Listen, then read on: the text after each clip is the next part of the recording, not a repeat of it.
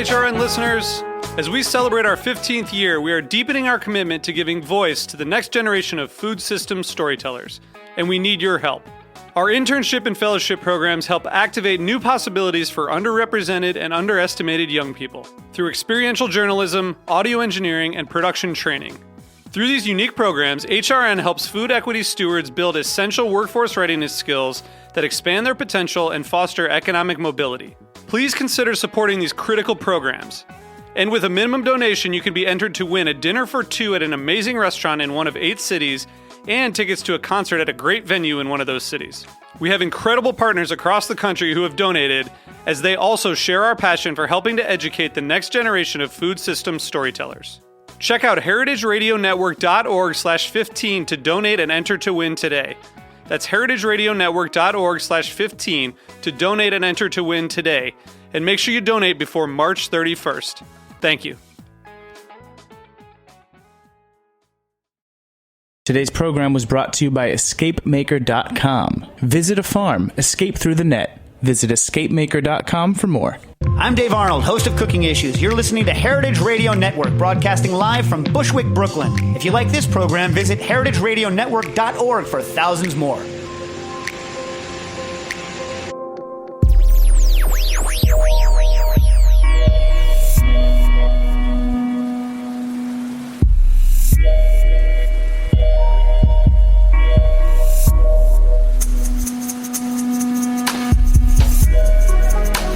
All right. Thank you so much for tuning in to the Heritage Radio Network. We are coming to you, as always, live from the back of Roberta's Pizza here in Bushwick, Brooklyn. You, of course, have turned into the Farm Report. That would be amazing. No, you've tuned into the Farm Report. I'm your host, Erin Fairbanks. Every week on the Farm Report this season, we are exploring the numbers, the analytics, the quantitative spaces that keep our food system ticking. Off air, I am, of course, the executive director of the Heritage Radio Network, and I am super excited. We've got a jam-packed show for you today. At the top of the show, we're going to be talking with Eric Gustafson. He is the CEO of Coast Packing Co. on a topic I have to admit I don't know very much about. We're going to be talking animal fats, sourcing, health benefits. Definitely super excited to tuck in with Eric on that. In the second half of the show, we'll be joined by Steve Rosenberg of the Scenic Hudson Land Trust as we continue our prep for the American Farmland Conference, Harvesting Opportunities, this November 4th up in Albany, New York. And then, of course, we'll round things out with the EscapeMaker segment. We're going to be talking with Jake Samascott of Samascott Orchards. Really excited to hear a little bit more about their farm runs. That'll be at the end of the show, so do not leave us. Now, without further ado, Eric, I want to welcome you to the show. Thank you, Erin. Good morning from Los Angeles. How are you? I am great. So really excited to hear a little bit more about Coast Packing Co., a 93-year-old company. Is that right? That is correct, yes. We 93 years old, 94 coming up here at the end of January, and 2016 coming up. That is amazing. So for folks who are not familiar, which I have to say is probably most of the folks listening, what is Coast Packing Co.? What do you guys do, and how are we used to kind of seeing you? Great. Well, thank you for asking. We are a edible renderer and refiner of animal fats and vegetable oils. The company has a long history in the meat packing and meat processing industry, started by my great-grandfather in 1922, originally as a full-line meat packer processor, bringing in live hogs and cattle to produce various pork products, hams, bacon, as well as beef products, steaks, and whatnot. And making lard and tallow were, of course, a byproduct of our business at that time. And as history would have it, and as things go down the road, our family got out of that side of the business in the early 60s due to economic issues, and my great-grandfather took a step back, reevaluated opportunities, and at that time we were one of the largest producers in Southern California of fresh pork, as well as cured pork products, smoked pork products. And when we took our production out of the supply chain locally, a lot of other meat packers and processors that were smaller and not vertically integrated were able to benefit and pick up our business, but they didn't have a way to take their edible fat and produce lard. So that's how we kind of got back into the making of animal fat shortenings. Now, you said you're calling in from LA. Is your facility is still in the Los Angeles area? Yes, that is correct. We've been in the same facility since the beginning, 93 years ago. A lot has changed in this facility since then, of course. Yeah, so take us through it. Like, what does an operation like yours entail? Like, what are the primary pieces of equipment? What's the kind of footprint of it? What should we be kind of picturing? Sure. Well, picture lots of concrete and stainless steel as a foundational piece, being a USDA-inspected facility and have been since the inception of federal inspection here in the United States going back into the 40s. Has a lot of concrete, a lot of stainless steel. We're roughly 100,000 square feet facility, and as far as equipment to produce, let's say, edible beef tallow or lard, we bring in raw fat and process it through our edible continuous process rendering system, which, if you think about it, think about just one big giant melting tank. We take raw fat, it goes up an auger and goes through a grinder just to break down the fat, pieces of fat going into the melting tank, and we're cooking at 180 plus degrees continuously, liquefying and melting any of the oil or fat and as well as the protein. And to separate the protein, the oil, and any moisture, we run it through a mechanical three-way separator we would call a centrifuge. And that centrifuge is spinning roughly 2,000 RPM. And as it's doing that, continuously separating the oil to go one direction, separating the protein that's been cooked, and then also separating any moisture because we're using steam heat to heat up and liquefy the fat. So I feel like at this point in the show, some of my listeners might be like, "Oh, this is the Farm Report. Why are we talking to a fat renderer?" And I want to kind of get a little bit of a sense from you about the supply chain, because I think folks, when we think about pork, when we think about beef, we definitely think about pork chops and steaks and sausages and briskets, but we don't often think about the fats from these animals. So you mentioned kind of at the top of the show the historical narrative around where your raw materials are coming from. And I'm wondering if you can kind of sketch that out for us now. Where are the fats that you're getting coming from? And why is this part of the kind of food chain so important as a resource for producers and for the animals and livestock that, we're slaughtering to enjoy steaks, pork chops, and sausages? Sure. Well, we do source our raw material from all over the country, and locally as well. We get fat from local slaughterhouses that are still operating in California. We get fat from local, what we call fabricators and steak cutters in the HRI side of the business that are producing steaks for hotel, restaurant, food service, essentially. And we bring their fat in, as well as we're getting material from the Midwest. We're getting it almost as far as Louisville, Kentucky. There's a plant there that we bring in raw material from. And to bring the whole aspect of one of the sayings that my great-grandfather used to have, we sell everything but the squeal and the moo. And the idea behind that is a lot of people don't tend to realize how efficient meat packing and meat processing is from start to finish in terms of material utilization. Everything has a purpose off the animal.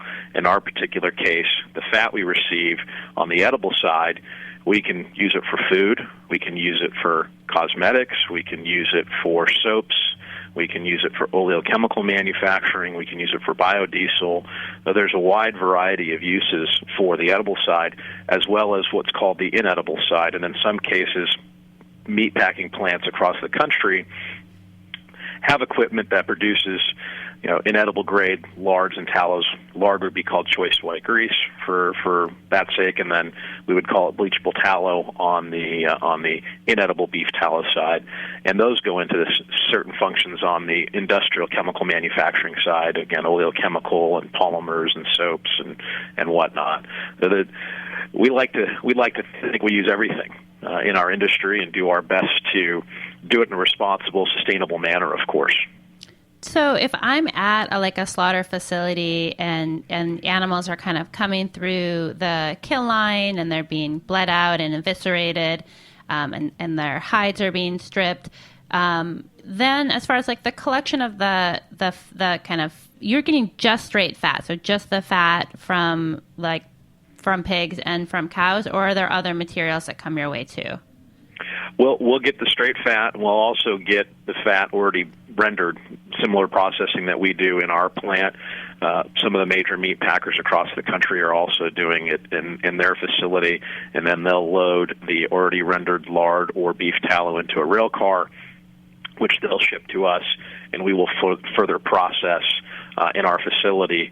Rendering is one aspect of what we do. We also have refineries in our plant that help to clarify the oil, clean it up, and bring it up to a high quality and standard for baking and frying.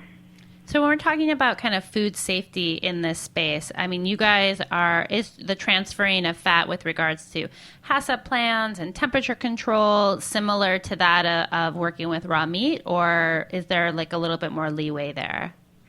Well, the food safety aspect is extremely critical, and you have to obviously analyze your hazard analysis in your plant and find your critical control points and fully understand how you keep out pathogens, how you are able to keep out any other adulteration. So I would say it's no different than any plant in the country as far as how food safety standards are implemented in our facility. Of course, there are different levels of pathogen controls based on the type of materials that you work with. Of course, as we've learned in this country, ground beef and E. coli, aspects there's certain risks involved with that, whereas on the animal fat side you don't have some of those risks, but you have other risks involved. And so food safety is extremely critical.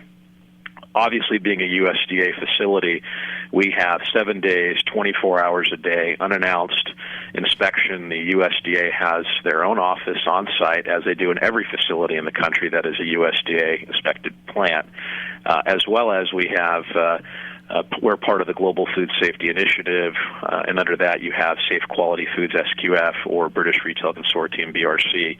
We work with BRC. And that's, if you think about manufacturing in other spaces, it's kind of like having your ISO 9000 or, that type of accreditation to have a third party outside of the U.S. government inspecting your facility and holding you to additional standards. Well, so I want to talk a little bit about kind of the trendiness and or the nutritional aspects and kind of the rediscovery process that's happening around animal fats in just a minute. But before we get there, you are at the helm, fourth generation at the helm of this organization, at the helm of this company, responsible for the company's strategic direction and vision. And I'm wondering, from where you sit, what is the future of the fat industry? And I guess to put a little bit of a pin in that, getting a sense of if you can let us know the volume of production that we're kind of talking about, and how a company like yours kind of sits into what some might call the industrial meat system versus the kind of movement of smaller scale, more direct to consumer, farmers or smaller scale slaughterhouses. What is the role that Coast Packing Company plays, and where do you see that kind of moving forward? Well, the aspect of how we play a role, let's say, at the smaller scale level, Coast Packing transcends large and small types of customers across the board. We deal with some specialty-based processors where, for instance, we take Wagyu beef fat for Snake River Farms. and produce a what they call their kind of Wagyu-shi, American-style Kobe beef tallow. We're looking at doing some organic lard for some folks, and that's kind of on the smaller scale of the spectrum. And one of the things at our company, we really don't look at the size of the customer. We look at the opportunity to work with different customers and help them build their business and effectively, hopefully, build our business together in a partnership. We look back at the history of our company. We are still doing business with companies that go back to the 20s and 30s since our inception. We have a local bakery here we've been selling since 1936. We're their oldest supplier on shortening, essentially. And we look at the small and the large, collectively as how can we work together and build business. As far as that goes. No, that definitely makes sense. Well, when I think about kind of lard and beef tallow, I feel like, you definitely are a little bit more familiar this day and age hearing about it in kind of ethnic cuisines. I think people talk a lot about, how McDonald's fries used to be, fried in beef tallow. Right. What is kind of like the scene? What is the market for lard, for beef tallow? And are you seeing a change in that space? We're seeing a change, as part of your prior question too, is what's going on kind of in the world of, let's say, shortenings and oils. Ultimately, we're seeing animal fats being viewed as a viable solution again. And if you look historically, going back 40, 50 years, and even further back than that, let's say, lard and beef tallow were staples. Grandmother made pie crust with lard, and lard was used in making bread, and beef tallow, of course, frying French fries, not just in McDonald's, but you have Jack in the Box here on the West Coast. You have Carl's Jr. and Hardee's across the country. They all used beef tallow many, many years ago, and we're starting to see people, in the general public, the consumer, becoming more educated. Nina Teicholz with her Big Fat Surprise book has kind of opened up the eyes of people willing to listen and learn, and part of that whole paradigm shift has occurred with the whole discovery of artificial trans fats and the harm that they have and how they're a greater threat to people's health with coronary heart disease versus what we perceived the last 20 years on animal fats and the link to saturated fat and cholesterol and all of that misinformation. Now that's becoming more clear. It really isn't a link to that nearly as much as we thought. So we're starting to see a lot more acceptance of animal fats. And in California, the curve has accelerated more quick as a result of state legislation that was enacted back in 2008. As far as a bill being passed, everyone had until 2010 to be in compliance to eliminate artificial trans fats, whether you were a small bakery or a restaurant or whatever type of concern you were using in the past. Partially hydrogenated vegetable oils. So that really opened the door, and people started looking at things with more of an open mind. And there's really not a silver bullet solution, but animal fat certainly has a place at the table in kitchens and restaurants and bakeries as a result of all these changes. Is the animal fat, is that part of like the paleo diet conversation? Do you know? Very much so, okay. Especially on the beef tallow side. I'm aware that in some cases there's a greater desire to use a grass-fed beef tallow, and I think some of that is marketing, and some of that there's certain benefits to that as well.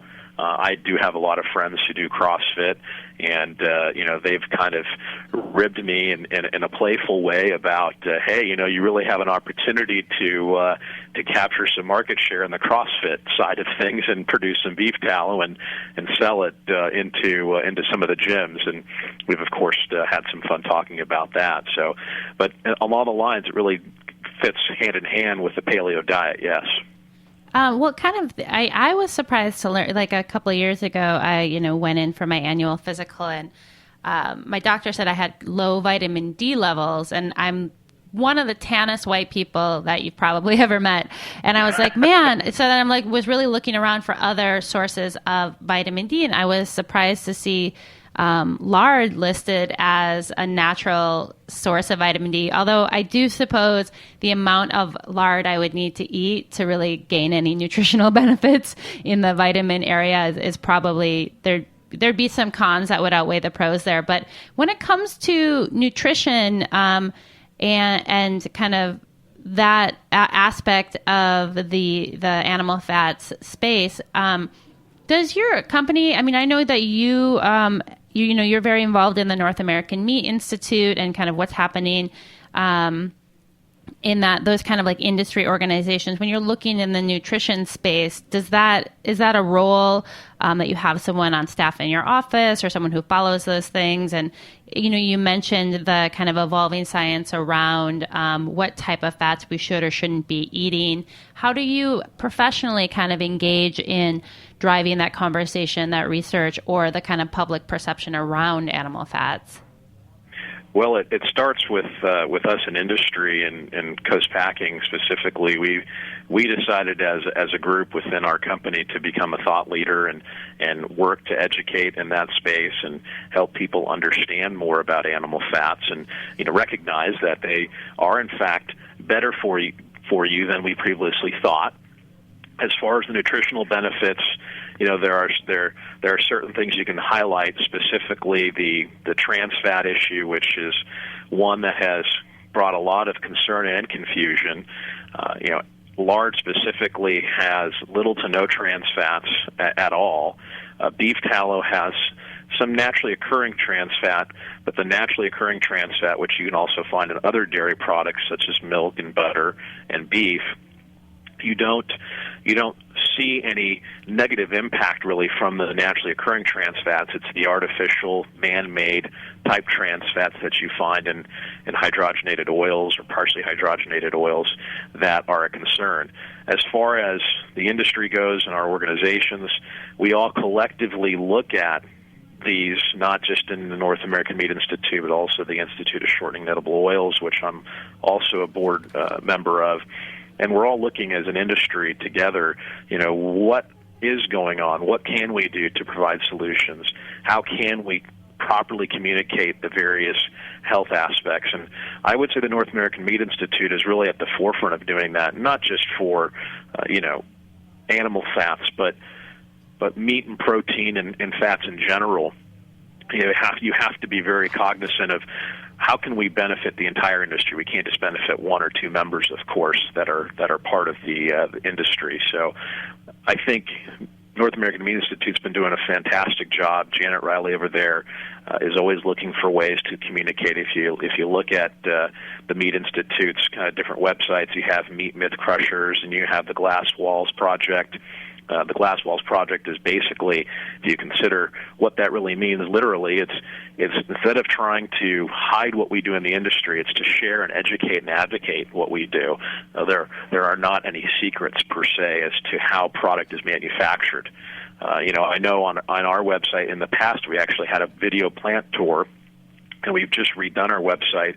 And I'm sure we're going to be putting something similar to what we had in the past with kind of more modern, updated, as that was done some years ago. And really just to promote the transparency in the industry, which I think is very important. It helps people understand and take comfort that, A, we're producing the food safely, and B, there's really nothing to hide at what we do here. Well, I think that you really hit the nail on the head there with regards to transparency being such a critical tool for consumers to understand, what's happening and how their, consumption choices do or don't reflect kind of their personally held values. And I know I'm going to get pushback from my listeners about the North American Meat Institute. And the feedback I feel like I'm going to hear from people is like, that is an organization for large-scale producers. It doesn't have the long-term health of American farmers or standards with regards to enhancing animal welfare practices. And I'm just wondering, what do I say to people who are pushing back at me that are kind of like looking at an organization like that and saying like those people don't represent kind of my values? Well, I think that certainly can be something that people will misperceive. I mean, I can speak from my personal perspective and opinion. I've grown up in this industry, and Coast Packing, has been a big company and then has retracted into a smaller company and has grown to be a larger company again. But in the grand scheme of things, we're just a cog in the wheel of the entire industry. And I look at my fellow colleagues, yes, we do have larger companies, but we have more smaller companies, even at the smaller level, as you're making the example of smaller producers. There is not, how should I put it, there's in a way, equal representation, let's say at the board level even, where depending on the size of your company, there's representation in certain subgroups across the board. So we look at the entire industry. We're not looking out for one large manufacturer, and there are certainly more smaller companies that are represented in the industry in North American Meat Institute than there are larger companies. And I think that's what makes our organization so great, because a guy like me can be sitting next to the CEO of a large company, let's say Hormel, and then to my left you've got a smaller producer, and we're all here together to make our industry better. At the end of the day, we can leave our personal opinions about our company and what we need to do back home to take care of business at the door and figure out how we can make our industry better, how we can communicate the types of issues you're bringing to the table right now, how people may perceive it. Mm-hmm. And until you're really in it, sometimes it's hard to really even, let's say, for me to even explain it to you. Living it, breathing it, doing it every day certainly helps to alleviate concerns. Because I can tell you, where we've come from, there's always been that concern about the larger guys, and you get in the room with some of them, hey, you know what? They put their pant leg on one at a time just like I do and everybody else, and we're all looking at things. We all have the same problems, no matter how big or small you are, and we all want the industry to be vibrant and viable. And, for me personally, I come in with an open mind to help make this industry better, because that's what my great-grandfather did, that's what my grandfather did, that's what my father's done. We'll do our best to take care of our business, but we got to keep the industry viable and vibrant for the future. And that's not an easy task at times. Yeah, that's, to put it lightly, I would fully agree with you. It is not an easy task. It's not an easy task to, understand from a consumer level either, which is one of the reasons that we do this show every week. Well, Eric, just about out of time. I know I do want to get your thoughts on one final thing. I know that you are into drag racing. Yes. And so I'm wondering, would you look at, fueling your vehicles with fats from Coast Packing? Great question. If we can find a way in the future, since usually it's done through biodiesel, to make the kind of horsepower that we need today to be competitive, it would be pretty difficult to fuel it with fats, but we do certainly use the car as a marketing tool, and we put our corporate brands and the Coast Packing name and our Viva brand and various other products on there as a marketing aspect. And, one day we maybe will be able to find a way to use powered by lard as a slogan, other than making it anecdotally for fun. And it's interesting. There's always new technology, and that's one of the neat things about drag racing is it's always evolving, much like our business and our industry. And I think it's fun to kind of draw those parallels and the different challenges that we encounter, even drag racing. And there's I don't know if you're familiar with Papa Mike's Pizza. I know you guys are in the back of a pizza shop as well. Yeah. He's over on 20th Avenue in Brooklyn. There's a guy named Joe Dodonna who's a guy I drag race with, so I'll give him a little bit of a shout out. It's fun. It's fun because we get to meet people from all different walks of life doing the drag racing side of things, and we do sometimes sit around with a cold beer and talk about fun things like what if we tried this, and talking about alternative fuels and stuff like that. I know there's been a lot of fun discussions in the automotive industry in general about that. Well, final question: if I come over to the Gustafson household, how am I getting served animal fats? Great question. Well, I like to barbecue or broil steaks, and one of the things I'll do when I broil them is I'll keep some of the fat that cooks off, and then I'll take that beef tallow and I'll save it, and I'll use it as a finishing instead of butter on top of steak to provide that extra flavor to kind of soak back in. We'll certainly use lard to fry Brussels sprouts in the family, as well as using it for pie crusts and some other traditional types of stuff. And on occasion, if I can convince my wife to let me fry some French fries, we'll use some beef tallow as well. Oh, man. Well, I am waiting patiently for my invite here in Brooklyn. Yeah. Anytime you're in Los Angeles, feel free to give me a holler, and we'll have you over for dinner. And we'll I like to cook. That's part of my. It must be from my mom's Armenian heritage. We like to eat a lot in our family, so we're not shy about feeding. And usually, if you don't take a second plate of food, Mom comes over, puts her hand on your forehead, and asks if you got a fever, if you're sick. Awesome. Well, if you guys out there listening want to find out more about Coast Packing, you can find them at www.coastpacking.com. Also on Twitter, they are at Coast Packing Co. Eric, thank you so much for joining us. It's been a real pleasure. Erin, it is my pleasure. And next time I'm in New York, I may be knocking on your door for a slice of pizza. Oh, yeah. The invitation goes both ways. So come on out. All right, we are going to take a quick station break, and when we come back, we will be on the line with Steve Rosenberg from the Scenic Hudson Valley Land Trust. Hang tight. We'll be right back.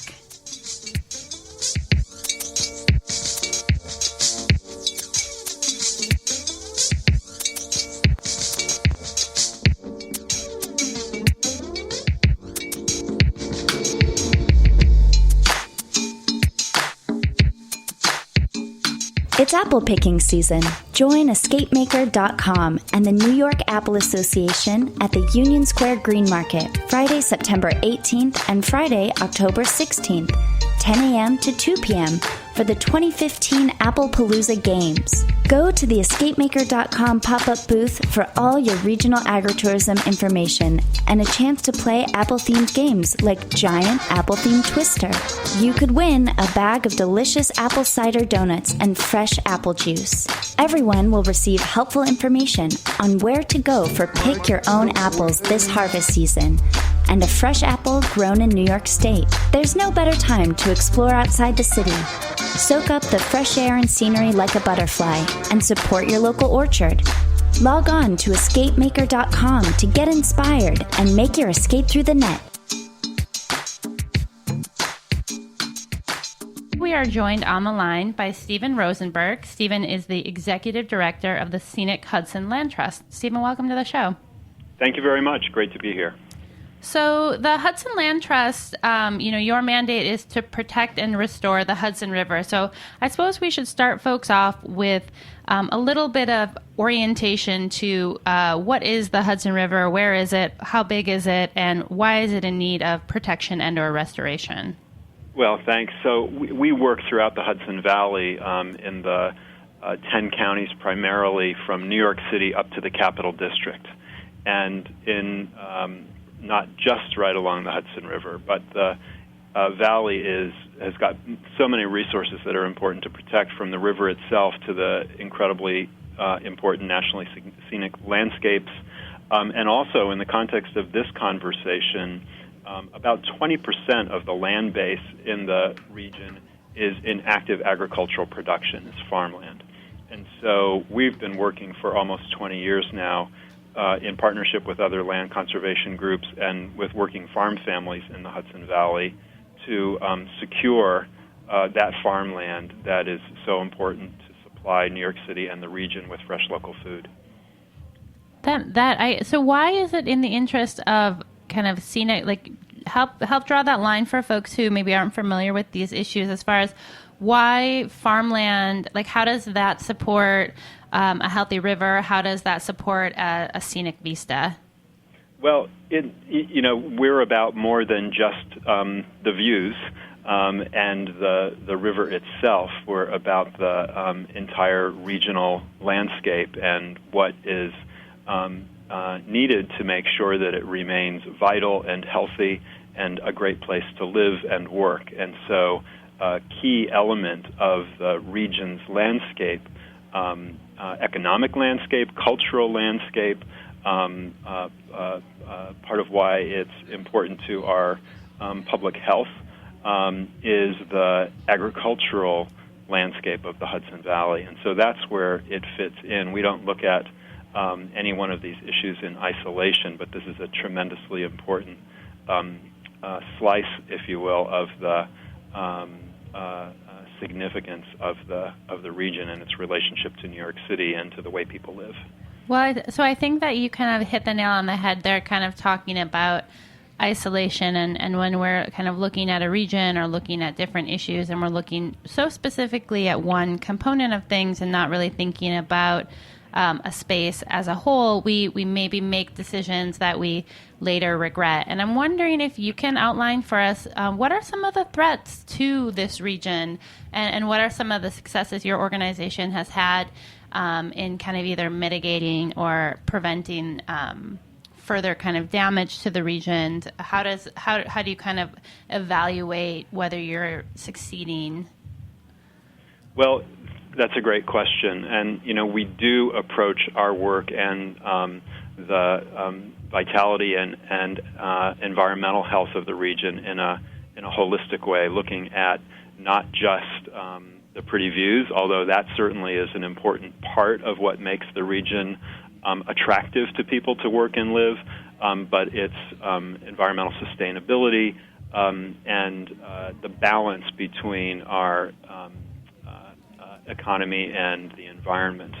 So some of the threats currently that we're involved in include the dramatic increase, for example, in the transportation of crude oil along the river and in the river in barges, along the river in trains that run through communities and along the shores of the river. And we know across the country there have been a number of terrible incidents with the explosion of crude oil trains. And so we're working with partner organizations, elected officials, and others to try to reduce those threats and make sure that if there were ever to be an accident, that it could be contained as quickly as possible. We've been working with partner organizations on the health of the river, working to try to make sure that GE's cleanup of PCBs in the river is completed and is not left partially done, and a variety of other environmental advocacy issues. For many years, our leading campaigns, though, have been around protecting the landscape, creating parks, converting former industrial sites into places that are more publicly accessible so that the people who live along the river have access to it, and then, of course, conserving the most important farmland in the region so that our supply of fresh local food and the sort of balance between the economic engines of the valley, and agriculture and tourism are the top two economic engines, and the public demand and public health need for fresh local food can be kept in place. We think a lot about what are the key pieces of creating a sustainable regional food system, and there are a lot of elements there, from making sure we have effective and efficient processing and distribution facilities, and making sure that farmers have the marketing tools that they need and that public policies support their efforts, and that the regional food distribution infrastructure, both in the city and in the valley, is put in place. And we're also primarily keenly focused on making sure that the land that is needed for farm families to be able to produce food is there and is secure, and that they have the resources they need to be able to produce food on it. Yeah, well, I love that slogan, I think, of American Farmland Trust, no farms, no food. You can't say it any more simply than that. And I have to, tip my hat to you guys, according to your site, that to date, Scenic Hudson has created or enhanced more than 60 parks, preserves, and historic sites, and has conserved more than 38,000 acres. That is a lot of stuff. It definitely sounds like you guys have worked really aggressively and in a lot of different areas. Looking specifically at the agriculture work you do, I think that one thing that we talk about on the show is, there are different kinds of farms and different ways of farming. And I'm wondering, for your organization, how do you approach making decisions about, farms that you want to, or types of farming that you want to drive resources towards? Right. So we first started doing farmland protection work almost 20 years ago, and the whole environment, the culture around farming at the time, and the public interest in fresh local food was nothing like what it is today. I think the entire region, of course, the entire country and beyond, has taken up interest in fresh local food for public health, for nutrition, as a way of life, thinking about the culinary culture and economy, all of these different things, the health of kids, in a completely different way. And when we first started this work, it was a matter of local farmers really often looking back on their careers and not having a great deal of optimism for the future. And when we were conserving farms, it was often because the farmer wanted to retire and move to Florida or North Carolina, and we would hope that a young farmer or another farmer in the community might be interested in buying that farm and keeping it in production. That's changed tremendously. The way we approach it is through what we call the critical mass approach to farmland protection. So instead of opportunistically trying to conserve a farm here or a farm there, we've focused on individual communities where farming is active and vital and where the community wants to keep it that way. And in the first project we did in the late 90s in the town of Red Hook in not Brooklyn, but in northern Dutchess County, we worked with 7 farm families to conserve 12% of the farmland and active farmland in that town all at once. And the idea was that you'd be creating a bulwark against the pressure of real estate development and fragmentation and rising land values, and create for the farmers there the security that the farm next door wouldn't be developed, security for the people who lend money to farmers for their work to feel more assured in doing that, for the companies that sell equipment and seed and supplies to farmers, and for local officials to know that the farmers in their community have made a permanent commitment to agriculture. Over the years, as we saw the success of the critical mass approach in a number of different communities, and we partnered with other land conservation groups and government at all levels, we stepped back and looked at the entire region as a critical mass area, and with the support of the Doris Duke Charitable Foundation, created a food shed conservation plan, which is really a first-of-its-kind strategic conservation plan to protect a major metropolitan area's food shed. And we identified more than almost 6,000 farms, 730,000 acres of farmland in the 11 counties in the Hudson Valley north of New York City. And of that, determined that 89% of it was at risk, not currently conserved. Wow. And so what we've been doing is working together with the other land conservation groups in the region and the agricultural community to and government at all levels to take steps to implement this strategic plan. And we, in the plan, evaluate soil quality and farm size and the geographic relationship of farms to one another. This past year in the state budget, Governor Cuomo proposed and the legislature approved $20 million specifically to conserve farms in the New York City Hudson Valley food shed as a terrific down payment on implementing the plan. And we continue to work with the federal government through the Farm Bill, through local and county governments who are funding farmland conservation efforts, and we are hopeful that New York City, which in many ways is the largest single stakeholder in its regional food shed, will invest in conserving the farmland that supplies it with fresh local food in much the same way that the city has been investing for almost 20 years to protect the land that it needs to secure its supply of clean water.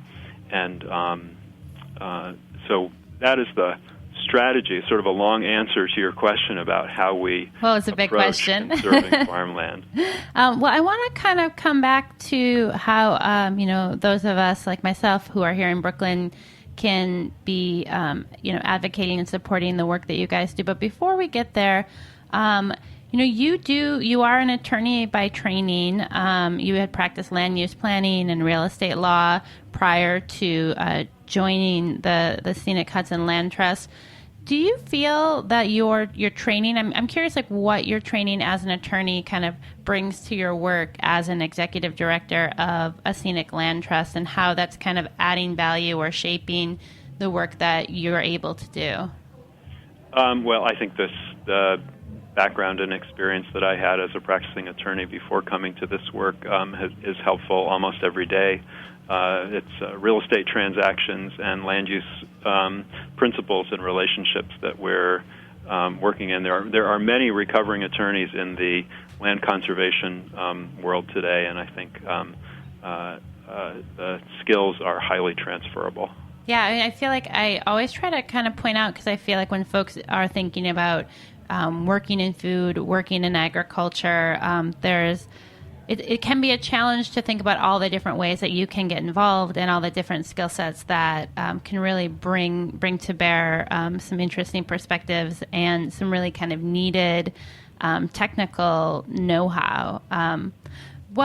Coming back to us here in Brooklyn, I know that you mentioned the $20 million designation from Cuomo's office. How do we as urban dwellers engage in these issues? I mean, what is our role? Obviously, I think you've really laid the groundwork that we are incredibly impacted by them. One, through having access to delicious locally produced food, and two, to have a space that is like lovely to travel and tour.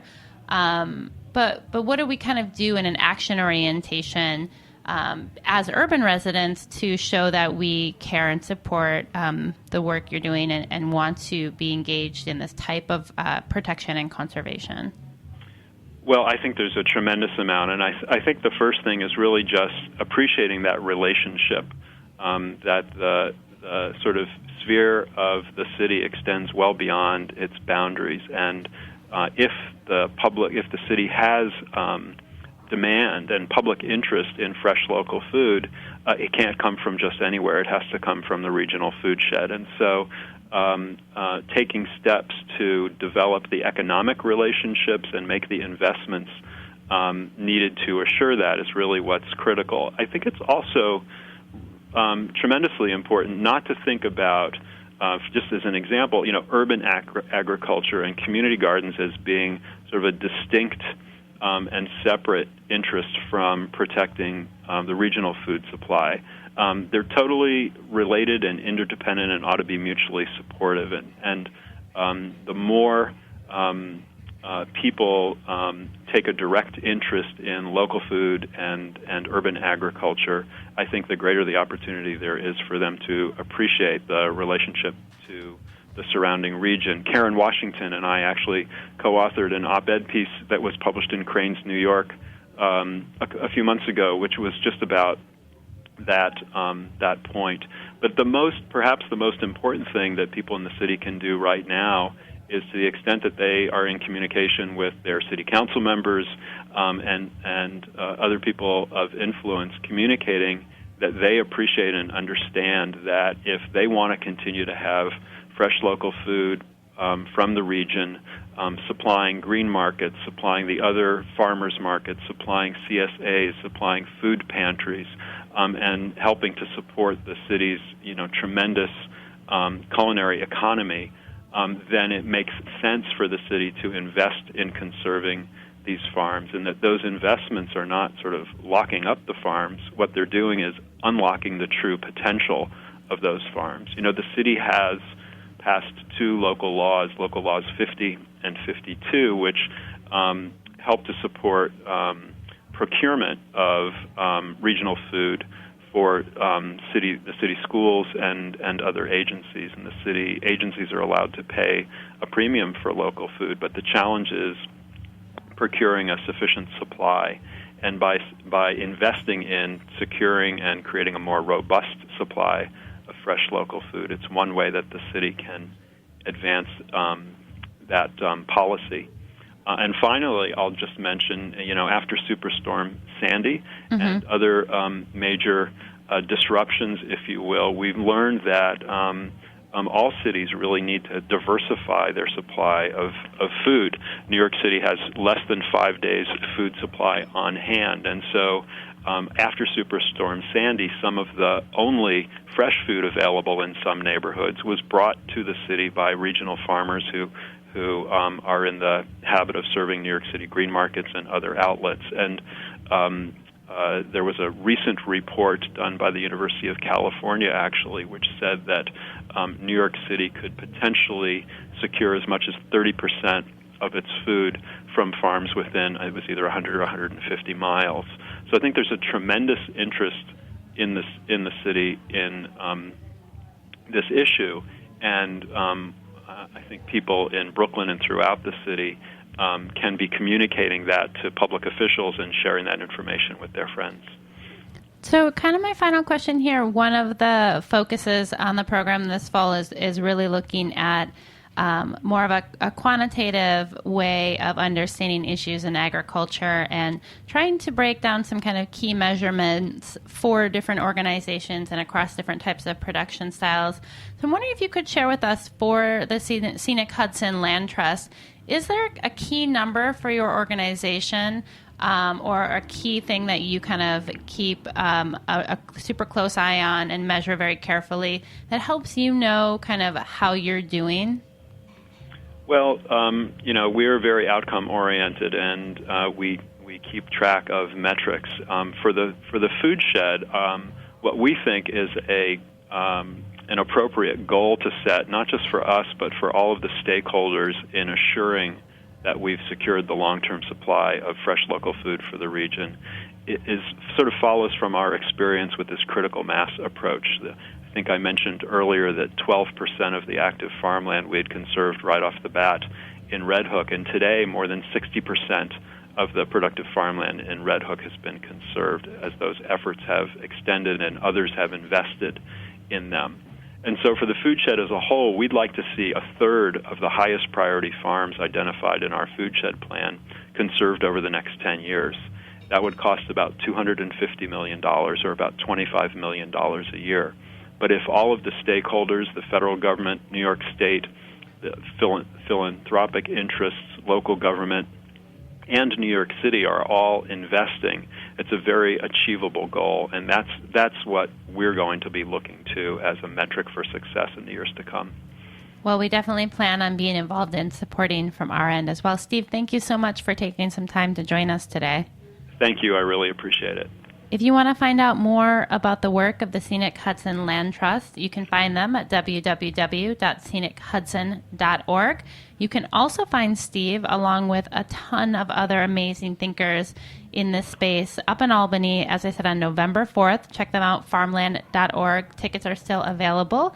And definitely stay tuned into the Farm Report. We're going to be bringing you a number of kind of sneak peek interviews with some of the key speakers and stakeholders in this conversation. So hang tight. We're going to take a short station break, and then we'll be back.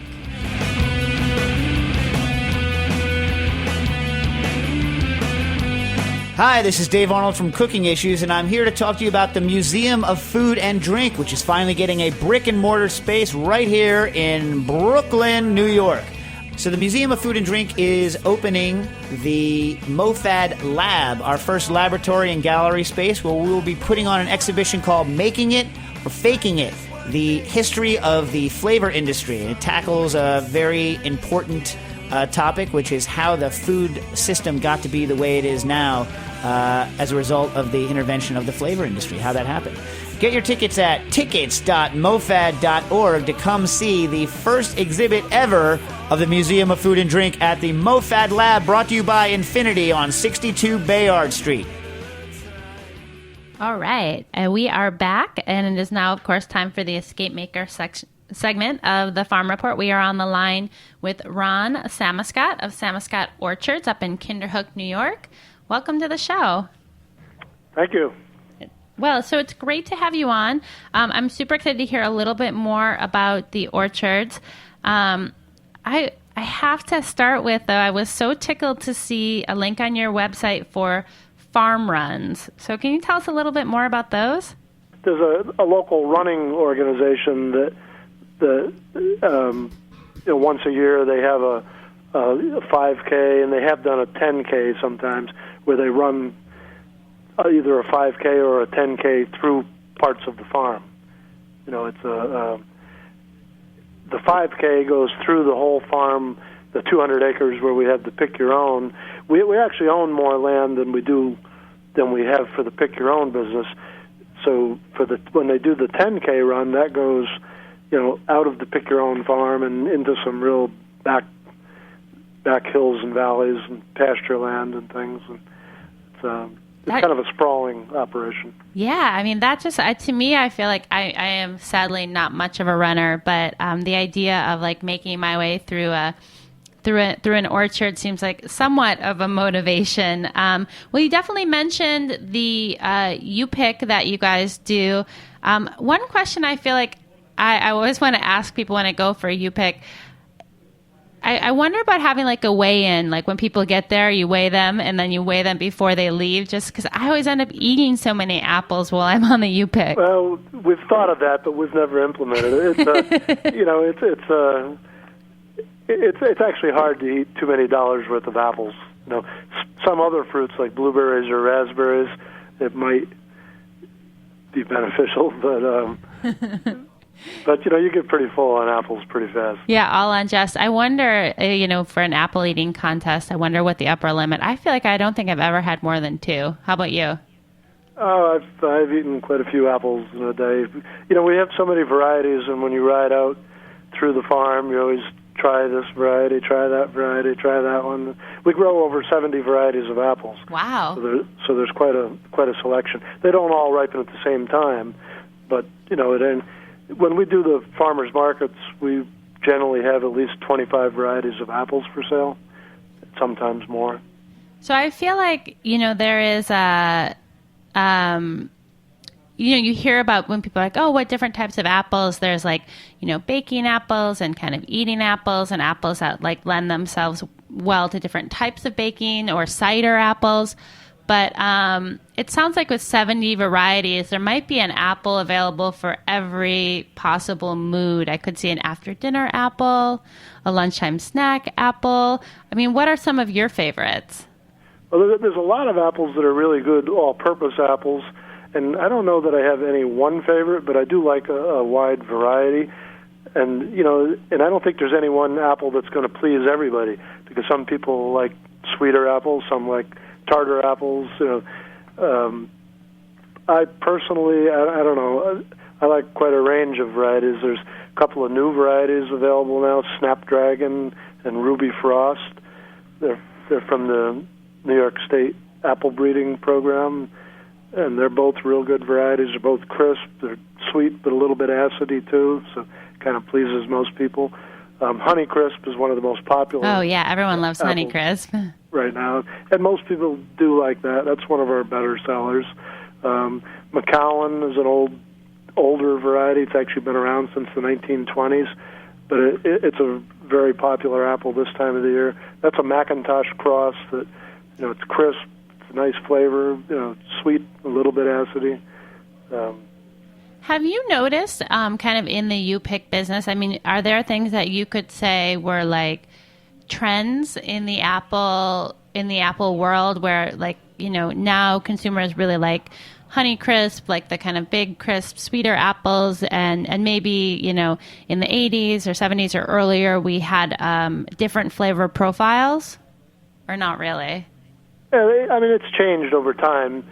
You know, we started Pick Your Own back in the 60s, so that's, you know, that's what, 50 years ago now. And back then, we probably only had 7 or 8 main varieties. You know, McIntosh, Red Delicious, Rome's, they were Golden Delicious, they were popular, Cortland's back then. And we still grow all of those, but, you know, there's so many new varieties. People, you know, some of the old-timers still want the old varieties. McIntosh, some people always want those. You know, it's a distinct flavor of its own. It's not as crisp as some apples, and it doesn't keep as well, but it definitely has a distinct flavor of its own, so there's always people who want those. And some people like them for cooking, some don't. It's an apple that gets real soft, but it doesn't keep its shape. You know, a lot of the newer varieties will get soft, but still maintain the shape of the slice or the whole apple or however you bake it. Yeah, well, I feel like one of the interesting things that we talked about on the show last year around this time was the kind of announcement of the first genetically modified apple. I don't think it's available for kind of purchase or consumption yet, but they were looking to develop an apple that wouldn't turn brown when you left the slice out on the counter. Right. They've been doing that with Empires, and the primary reason for that is because the fast food chains like McDonald's are a big user of Empire apples in their kids' snack boxes, and they just wanted to be able to eliminate a step of treating the apples with ascorbic acid or whatever it is to keep them from turning brown. So, some apples naturally don't brown, but some do. And Empire is the one they like for the taste, but that's one that naturally browns. So they wanted it to not, because Empire is kind of an in-between apple. It's not real sweet, not real tart. It's the one that most people seem to like. Maybe it's not their favorites, but everybody likes it. Everybody tolerates it. Yeah, they're like, it's like kind of good. It's like if you're going to the airport and they're only going to sell one apple, you're like, this one will please most everyone.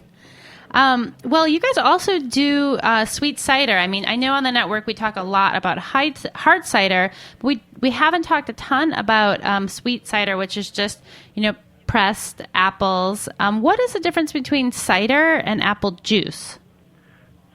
Cider is usually just pressed and not really filtered to a fine degree. Juice is generally filtered, so it's basically clear, and juice is almost always pasteurized so that it's shelf stable.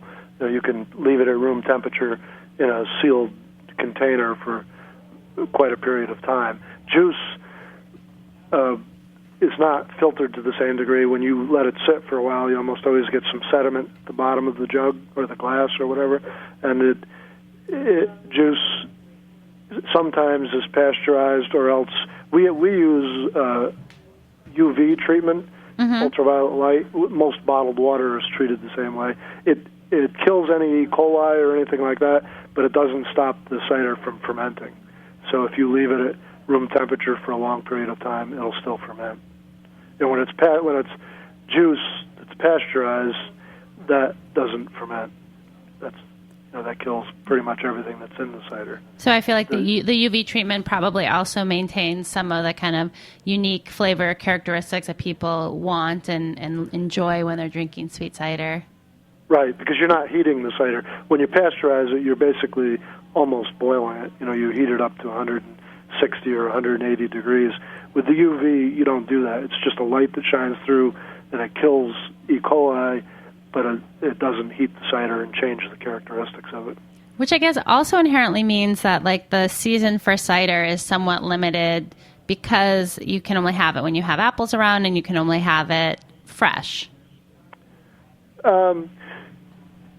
Cider, it definitely sells better in the fall. Everybody thinks of apple cider in the fall, but we do make fresh cider pretty much year-round. But you can store some varieties of apples 12 months out of the year. You can have fresh apples the whole year, basically. And we do that. We have what's called controlled atmosphere storage, where after the apples are picked, they're put in a room that has very little oxygen in the room. And because apples, even after it's picked, it's still a living thing. It uses oxygen and gives off carbon dioxide. So if you don't have much oxygen, the apple, doesn't ripen as fast. The ripening process uses oxygen, gives off carbon dioxide. And when you put it in a room without much oxygen, it just slows down the ripening, so the apple stays crisper, stays the same as it was when it was picked for a long period of time.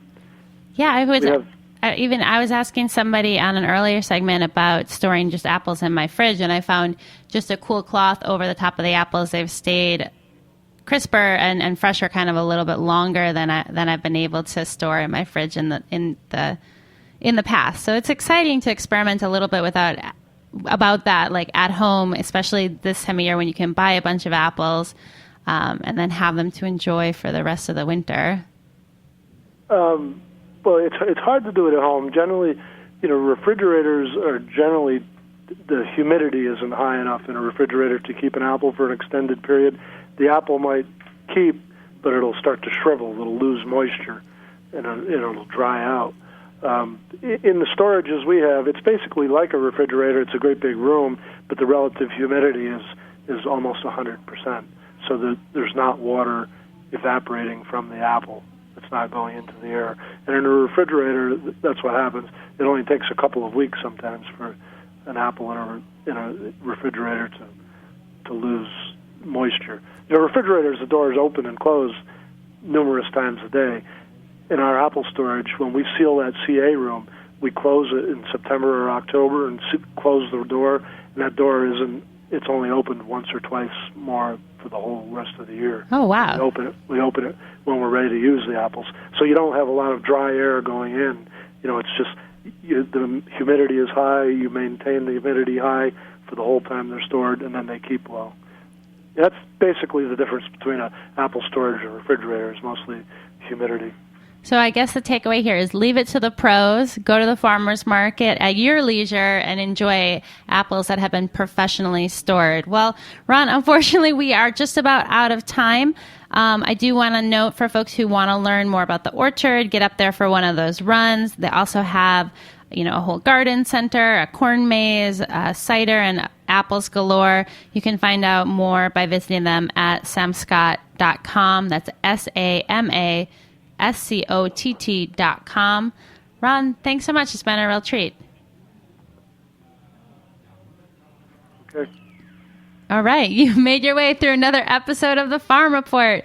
Thank you so much for tuning in. As you know, we are a member-supported nonprofit here at the Heritage Radio Network. So if you like the show, if you believe in our work, please consider kicking in a couple of bucks. You can become a sustaining member for just $5 a month. That's a great way to let us know that you're thinking about us, kind of trade in one morning coffee a month for a little bit of love to HRN. Also, lots of great shows. Find us on iTunes, Stitcher, wherever you get your podcast. Visit the website, sign up for our e-newsletter. Lots of ways to stay in touch. Would love to hear from you. You can find me on Twitter. I'm Erin_Fairbanks, or shoot me an email, Erin@heritageradionetwork.org. Thank you so much for listening. Stay tuned in. Thanks for listening to this program on heritageradionetwork.org. You can find all of our archived programs on our website or as podcasts in the iTunes Store by searching Heritage Radio Network. You can like us on Facebook and follow us on Twitter at @heritage_radio. You can email us questions at any time at info@heritageradionetwork.org. Heritage Radio Network is a nonprofit organization. To donate and become a member, visit our website today. Thanks for listening.